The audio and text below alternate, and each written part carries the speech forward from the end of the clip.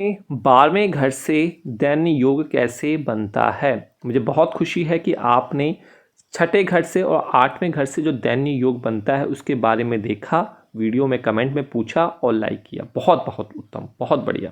अब उसी अध्याय को आगे करते वक्त हम बात कर रहे हैं आपकी कुंडली के 12वें भाव से कि 12वें भाव से दैन्य योग, जिसे हम दरिद्रता का योग कहते हैं, जिसमें आदमी खप के रिजल्ट प्राप्त करता है।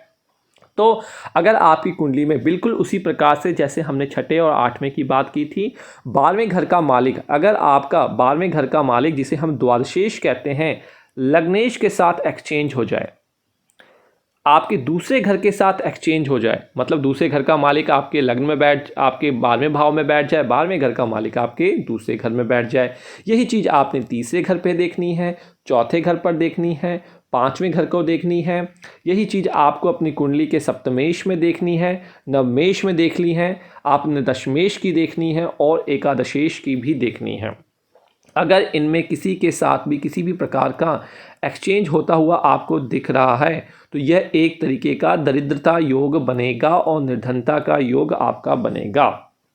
अब होगा क्या, जब आपकी दशा, जिनका एक्सचेंज हो रहा है, दशा अंतरदशा आपकी चलेगी, तब आपको उन दोनों घर से संबंधित समस्याएं देखने को मिलेंगी। साथ ही साथ वह जिस नक्षत्र में बैठे हुए हैं, उस नक्षत्र का जो मालिक ग्रह है, वह जिन घरों का मालिक है, उससे संबंधित भी आपको समस्या देखने को मिलेगी।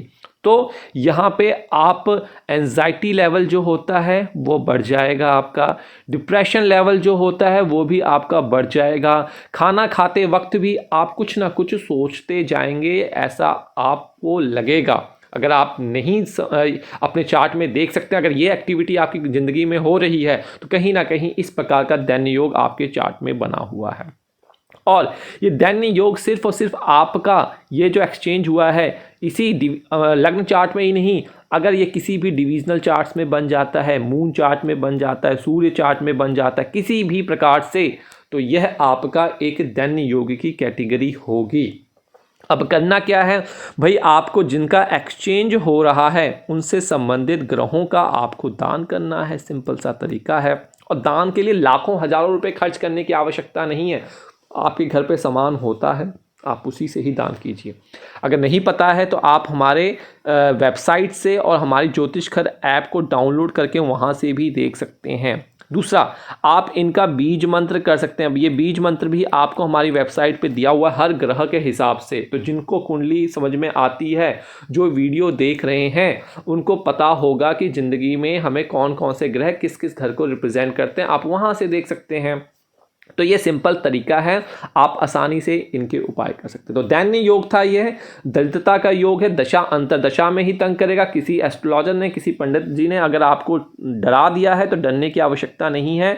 बस इतना याद रखिए, ये आदमी को बेस पे लाता है और बेस से फिर पिलर खड़ा करके ये ज़िंदगी में आगे उनको लेके जाता है। तो दरिद्रता योग जो होता है एक तरीके से धन योग में कन्वर्ट हो जाता है, अगर आप मेहनत, पराक्रम और विश्वास के साथ आगे चलते रहेंगे।